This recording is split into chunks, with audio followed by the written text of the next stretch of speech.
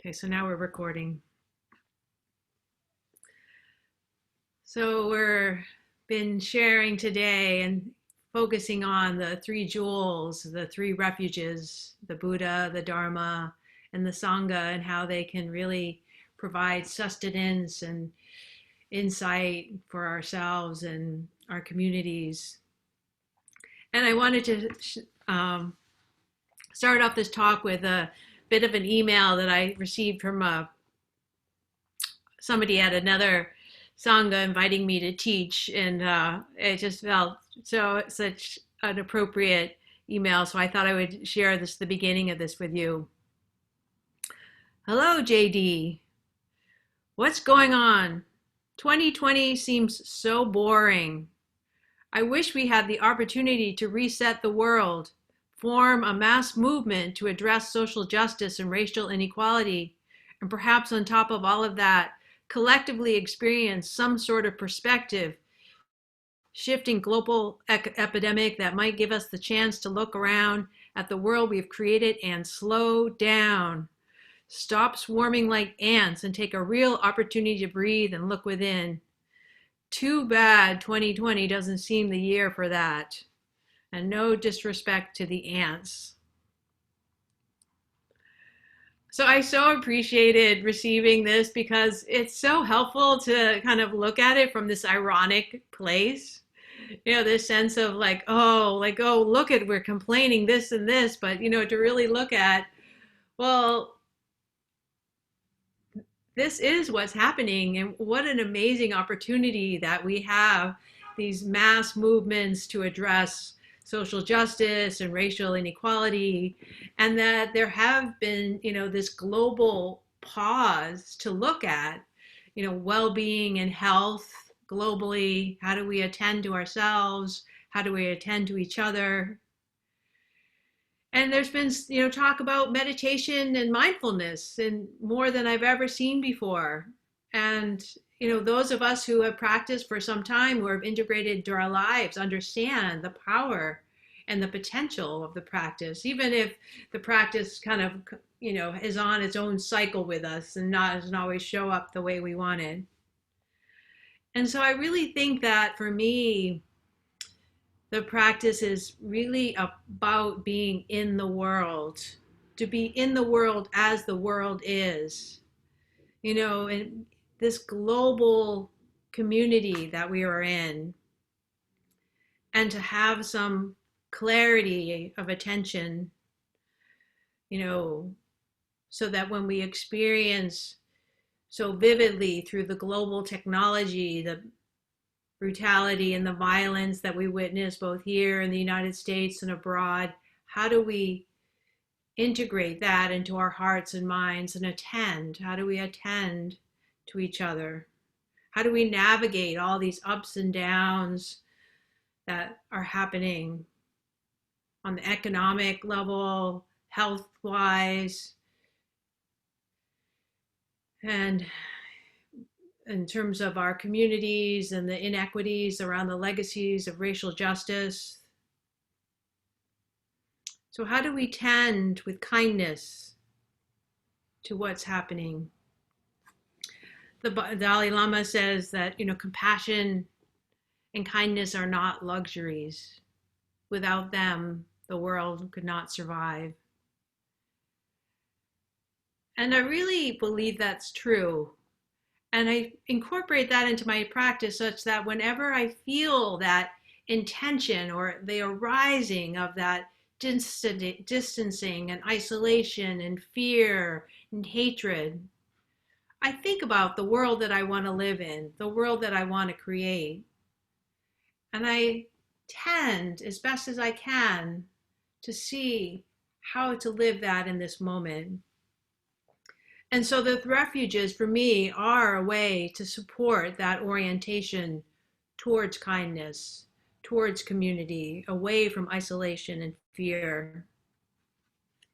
And so when I incorporate this practice of the three jewels, bringing this place of refuge into my life, I think of it as providing me the opportunity to pause in each moment And then as I'm pausing, then I can offer that loving awareness, that attention to whatever it is that needs. And the place that I think is really important is inviting curiosity into that moment. Because so often we're acting out of our habit responses, the tendencies, whatever our conditioning is. And just to pause and to meet the moment and then just be curious about what is arising in the heart, mind, body, what is arising around us, relational field. And the place that I think the refuges can add to this is that they can help us be resourced. And so we can resource ourselves, because sometimes what's happening is a little destabilizing. So we can resource ourselves in the Buddha, the qualities of the Buddha that we each have, the qualities of the Buddha that the Buddha had 2,500 years ago. Or we could take refuge in the Dharma, that what's coming to fruition right now is the causes and conditions in this country of slavery that has been unattended wounds, and the pandemic, the unattended impacts of global climate change and global population growth and less space for wild animals, as well as many, many other conditions that are too many to name. But all of what's arising is the Dharma, based on the natural laws. And so when I'm like, I don't want it to be this way, I can act in a way that I believe in that truth and the beauty, but then I can acknowledge the way it is right now. So that can sometimes provide me with some refuge. And then the third refuge in that moment is Sangha. Because sometimes there are points where I am not resourced enough to be able to do what I need to do.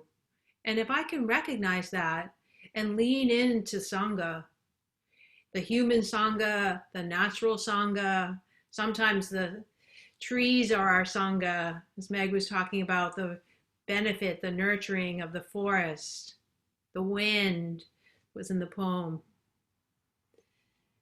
And having that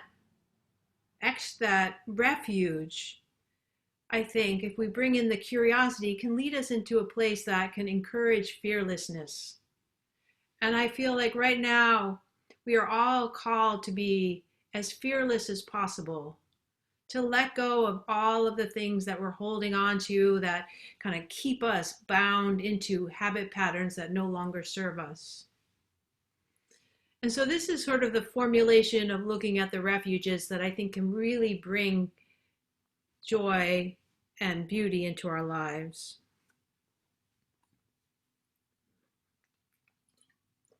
So to further this attention to looking at the refuges, I wanted to offer another simile from Bhikkhu Bodhi's looking at the commentaries. And in this simile of the refuges, he compares the Buddha is compared to a lotus flower, the paragon of beauty and perfection. And just as a lotus grows up in a muddy lake, rises above the water, and stands in full splendor, graceful while rooted in the mud, so too the Buddha, having grown up in the world, abides in its midst, untainted by the defilements. The Buddha's teaching of the Dhamma is like the sweet fragrance emitted by the lotus flower, giving delight to all. And the Sangha is like the host of bees who collect around the lotus, gathering up the pollen and fly off to hives to transform it into honey. I love similes. I just feel like the images, can just, all we could do, I could just put up a lotus flower right now and then we could be done with it, but I'm going to say a few more words, right? But just this lotus flower, just this sense of the beauty that comes from this image and the beauty that we can bring into our lives by this inner reflection on the three refuges. And the lotus flower I particularly like because it was one of the images that was used to represent awakening before we had the statues that we know of as the Buddha. So it was an image that was beyond this human conception of what a Buddha form should look like, whether it should be a certain gender or a certain size, a certain shape, in a certain position. So the flower is this beautiful connection to the symbol of the Buddha. And Thich Nhat Hanh kind of summarized this kind of sense of how the lotus is, where he says, no mud, no lotus. You can't have the lotus without the mud. No mud, no lotus. Like there's just this non-separation, they inter-are. And he says, Thich Nhat Hanh says, most people are afraid of suffering, but suffering is a kind of mud to help the lotus flower of happiness grow. There can be no lotus flower without the mud. The lotus flower is not separate from the mud. It's not removed from the world. The lotus flower, sometimes with our meditation, we think, oh, I'm going to get to some rarefied experience, like up on the top of the mountain, or even in our backyard, or just sitting on our little cushion and removing ourselves from the world. But the lotus flower as an image it's in the midst of the world. And so in the image, it says it's graceful while rooted in the mud. And so too, the Buddha, having grown up in the world, abides in its midst, untainted by the defilements. And the defilements here are referring to greed, hatred, and delusion or confusion. And so we can be as if, or we can kind of use that image, that we will have these winds that will come through our way, that it's not like we're going to be like, oh, the winds of greed will come, the winds of hatred, the winds of ignorance or delusion will come. And can we be in their midst and just stay rooted and allow them to come pass through us and not be pulled this way or swayed that way by the forces?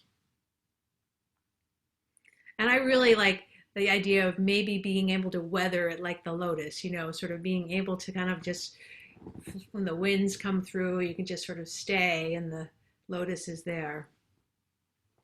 And then in the simile, the Dhamma is the sweet fragrance emitted by the flower, giving delight to all of us. And the wonderful thing about this image is that the Dhamma is available. It's available here and now. Like the Dhamma, it's not like somebody you have to go and buy this flower's fragrance. It's available. You could just stop by the lotus flower, be in its presence, and then there is the fragrance available. And so this sense of the Dhamma being here and now and available to us is something that sometimes we need to remind ourselves of, because we get so caught and swayed by these winds of greed and hatred. And so if we can remember that the Dhamma is the conditions of the world that have given rise to this moment, the conditions that have given rise to the pandemic, the conditions that have given rise to this momentous uprisings for racial justice that are happening, all of these conditions are coming to fruition based on myriad conditions in the past. And the fragrance of the Dharma is available to us at any point. And so with this image of the lotus, we can remember how essential and how interconnected the lotus is to the mud, to all of these conditions. And so we like the lotus, inter-are with our communities, with our legacies, with the earth, with all beings. Thich Nhat Hanh has a book called No Mud, No Lotus, so I'm going to share another quote for him. And he says, without suffering, there's no happiness. So we shouldn't discriminate against the mud. We have to learn how to embrace and cradle our own suffering and the suffering of the world with a lot of tenderness. I really like this choice of words about not discriminating against the mud. Like, I don't know about you, but like sometimes when I walk on the trails and they're super muddy, I want to walk up in the side, and then you can get to the places where the trails, like there's a whole new trail that's trampled down, the grass or other things because people have been avoiding the mud. And then you're like, oh no, and the trail gets wider and wider because people are avoiding the mud. And just this past spring, I was hiking down in Sonol with some friends. And my friend's daughter, who's in her 20s, was up in front of us, and there was some cattle in the area, and all of a sudden there was this mud section of the trail, and she went and all of a sudden was like a sinkhole and went into mud up to her knees. And it was just like all of a sudden she went into some portal and went poof and sunk in. And the most amazing thing was she just started laughing. She just started laughing. It was like she just got, and she couldn't get out because, when you're in something like that, you struggle, you just stay in. So we had to pull her out of the mud, and she had, mud boots on up to her knees. And it was really one of those things, the wake up of like how, circumstances can change in any moment. Just like we've experienced here with the pandemic, circumstances can change in any moment. And we forget that so much. We kind of just go along and think this is the way the world is. But if we aren't relying on the outside conditions to be a certain way, we can remember that things can change, and then we can have these inner refuges that can support us in that. Hi, Bob. So I'm going to share the simile so Bob can hear it from the beginning, and then I'll continue on. So in this simile of the refuges from Bhikkhu Bodhi, one of the commentaries, he says, he compares the Buddha to a lotus flower, the paragon of beauty and perfection, just as a lotus grows up in a muddy lake, rises above the water, and stands in full splendor, graceful while rooted in the mud. So too the Buddha, having grown up in the world, abides in its midst, untainted by the defilements.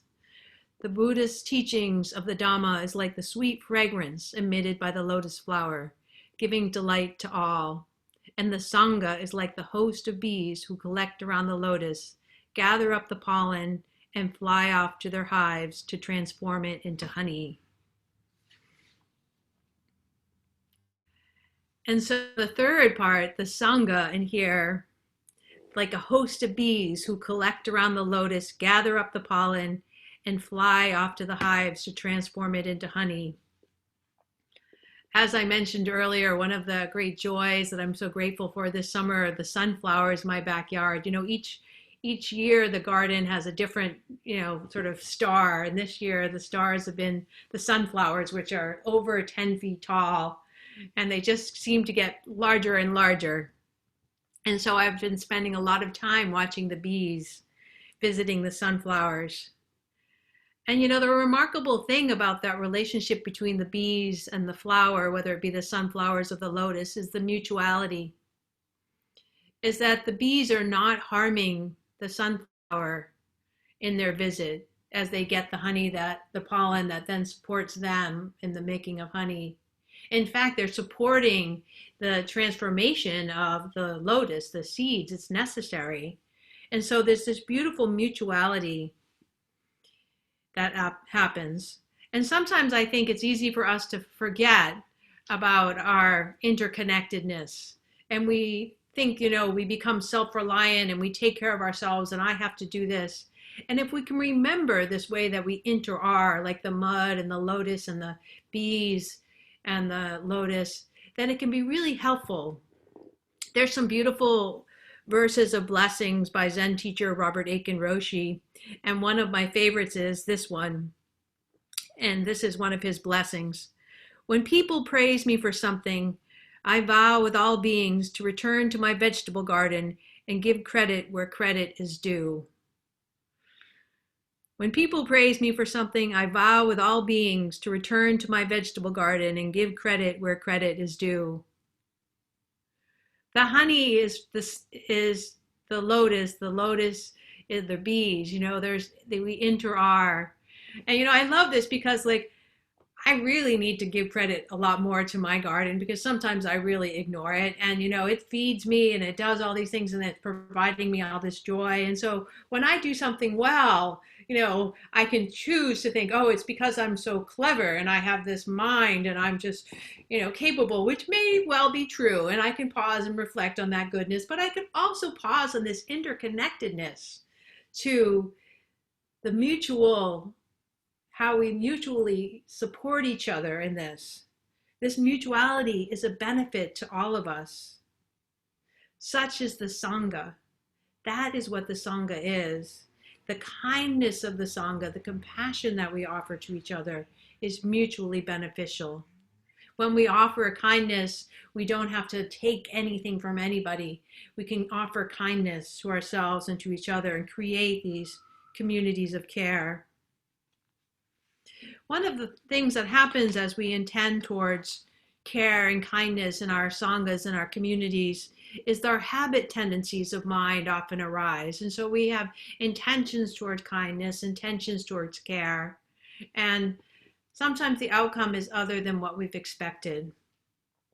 And so we know that our practice on the cushion as we deal with, the itches and the bumps and the discomfort as we sit, we can bring that out into our relational practice in Sangha as well. And know that, we're still learning, that we are the uninstructed worldlings that are still learning the Buddha's lessons, and that we sometimes fall down in the mud and we get swept up in the world.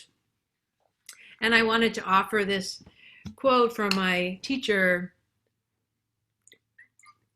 Larry Yang, who speaks to this, which in such a beautiful way. And he says, "The personal mantra that I have developed to navigate through the complex dilemmas and social issues arising currently is, can I be mindful and loving of whatever arises?" So that's pretty standard. Can I be mindful and loving of whatever arises? But then he continues and he says, if I can't be loving in this moment, can I be kind? If I can't be kind, can I be non-judgmental? If I can't be non-judgmental, can I not cause harm? And if I cannot not cause harm, can I cause the least amount of harm possible? And so to me, this is such a real reflection of where we're at in our skill set. I'm doing the best I can, and sometimes I don't have the resources, and I say something and I'm like, oh my gosh, this is going to be really judgmental, but can I not cause harm? And if I cannot not cause harm, like maybe I have to say something that feels like it might cause harm, can I cause the least amount of harm possible? And we acknowledge our intentions towards care, towards beauty, towards compassion, and we tend to what's happening in the moment. So instead of disengaging, we engage with however we are, however we're showing up, using these practices of the refuge, the capacity of our heart mind, the truth of the way things are, and then the Sangha that supports us. So sometimes our skills haven't caught up with the world.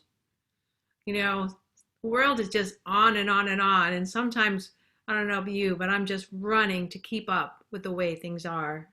And we make mistakes. So when that happens, can we pause? When we're feeling that discomfort, that tension, can we pause? Can we offer that loving awareness towards what's arising and not turn away, not create those walls? And then invite the curiosity. What are the habit energies that are coming? What's at play? And this is where then I would insert the practice of the refuges. And so as we turn towards and invite curiosity, we can think, how can I resource myself here? Could it be considering the Buddha and my own heart qualities, or the Buddha in the past and getting inspiration from that Buddha, or from the Dharma and knowing the complexity of the current situation is such that there may not be an easy fix, even if I wish there were. Or the Sangha, and having others in our community support us through this. And then leaning into this place of fearlessness. Fearlessness to realize that there's things other than what we've done that are possible. And the thing that I like about fearlessness, and I don't know if you've ever seen the statues of the Buddha, where the Buddha is standing like this, or sitting like this is called the fearless mudra. And I also, when I saw the first time, I was thinking it was kind of like, stop in the name of love, kind of thing. So it's like that fear, so it's like this real intention of fearlessness comes from a place of a loving heart. And it also doesn't mean that we're without fear. To be fearless, we can be fearless with our fear. We can acknowledge that fear arises, because fear is a really important indicator to the body, heart, mind. We've all gone through, lives that are complicated with traumas on many different levels and families and circumstances, and fear will arise. And if we can meet that, whatever is arising, and so that we can meet it and create the container to allow it to provide information for us, so that we can know what's to be known and then lean into the unknown. So sometimes I know that when I'm in this place that I feel like I'm supposed to be fearless, I'm supposed to be loving, I'm supposed to have all of this, and as the quote from Larry Yang said, that sometimes I'm not there, then I can get into these shame spirals of like, I'm supposed to be compassionate now, and I'm not feeling much compassion. And then I can add on the blame and the shame and all of that back on. And then if I can just pause and be with whatever it is that's happening in here, not how I should be, as John Wellwood said in the poem earlier, but just how I'm showing up right now. And using that practice of loving awareness to turn towards what's happening in the body, the contraction in the body, how fear may be arising, how anger may be arising, and tend towards that. Tend towards it. And just imagine what it might be like to offer kindness towards myself or to the other person, instead of getting into that place of shame and blame and this is the reason and that was different. Just pausing. And then I can bring in this practice of the 3 jewels that can provide sustenance. Can I access the Buddha in my own heart and mind? And pause and remember that capacity. Or if I can't access it here, can I remember and reflect on the historical Buddha who was able to awaken, to liberate the heart mind from greed and hatred? Or maybe I can have sustenance by turning towards the Dharma. And in that moment of being caught, I can turn towards like the complexity of all the conditions that brought about this moment. And so rather than beating myself up or placing blames or shoulds on others, I can just remember the Dharma, remembering the causes and the conditions that have given rise to this moment, not as a way to deny it, but as a way of recognizing that I am not able to control this flowing, impermanent, phenomenal world. Or in that moment of needing sustenance, I could turn towards the Sangha. I could see if there's Sangha, other practitioners who are available for me, or the Sangha of the natural world, or some other way that I could nourish and resource myself. Engaging, this is the process of fearlessness. This is the process of turning towards. It's an ongoing process of how do we continue to turn towards over and over again. So rather than getting swept up in the cycles of greed, hatred, and ignorance, we can begin to untangle them. And as we encounter this resistance, we'll have resistance and we'll have discomfort. And, it's just like the lotus in the mud. We are the mud. So there is the mud. And I wanted to share this quote that I just find so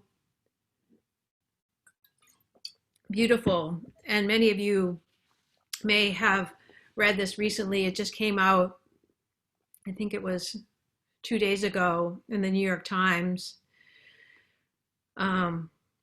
with John Lewis. And he wrote, 2 days before he died, he wrote something, and it was published in the New York Times. And the longevity of his life, and his life in turning towards, the difficulty and the beauty, and the finding the beauty and the difficulty over and over again. So I just wanted to share a little bit from his commitment to, resourcing himself and turning towards and using this refuges over and over again. While his refuge wasn't Buddhism, he had very similar thought patterns. And so John Lewis wrote, "While my time here has now come to an end, I want you to know that in the last days and hours of my life, you inspired me. You filled me with hope about the next chapter of the great American story, when you used your power to make a difference in our society. Millions of people motivated simply by human compassion laid down the burden of division. Around the country and the world, you set aside race, class, age, language, and nationality to demand respect for human dignity. That is why I had to visit Black Lives Matter Plaza in Washington, though I was admitted to the hospital the following day. I just had to see and feel it for myself. After many years of silent witness, the truth is still marching on." I'm really just astounded that he wrote this 2 days before, he passed. The amount of compassion that he had, and just the way that his legacy, that anyone who can attest to his legacy of how much beauty he's brought. And yet instead of saying, I did this and I accomplished this and I made it through this, he's saying, you filled me with hope. Your story, millions of people motivated simply by human compassion. And I just find that so inspiring. And so he writes later on in this something that I'm just going to really just started contemplating, and I know it's going to be important for me to consider even more. And he says, "Though I may not be here with you, I urge you to answer the highest calling of your heart and stand up for what you truly believe. In my life, I have done all I can to demonstrate that the way of peace, the way of love, and nonviolence is the more excellent way. Now it is your turn to let freedom ring."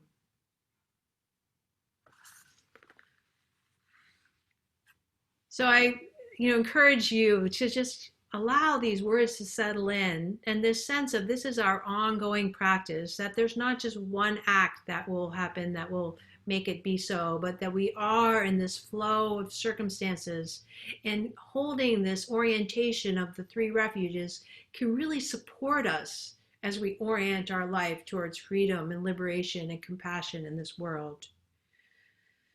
So thank you for your kind attention and your listening. I appreciate your being here today. And so I'm just going to ring the bell to end this talk.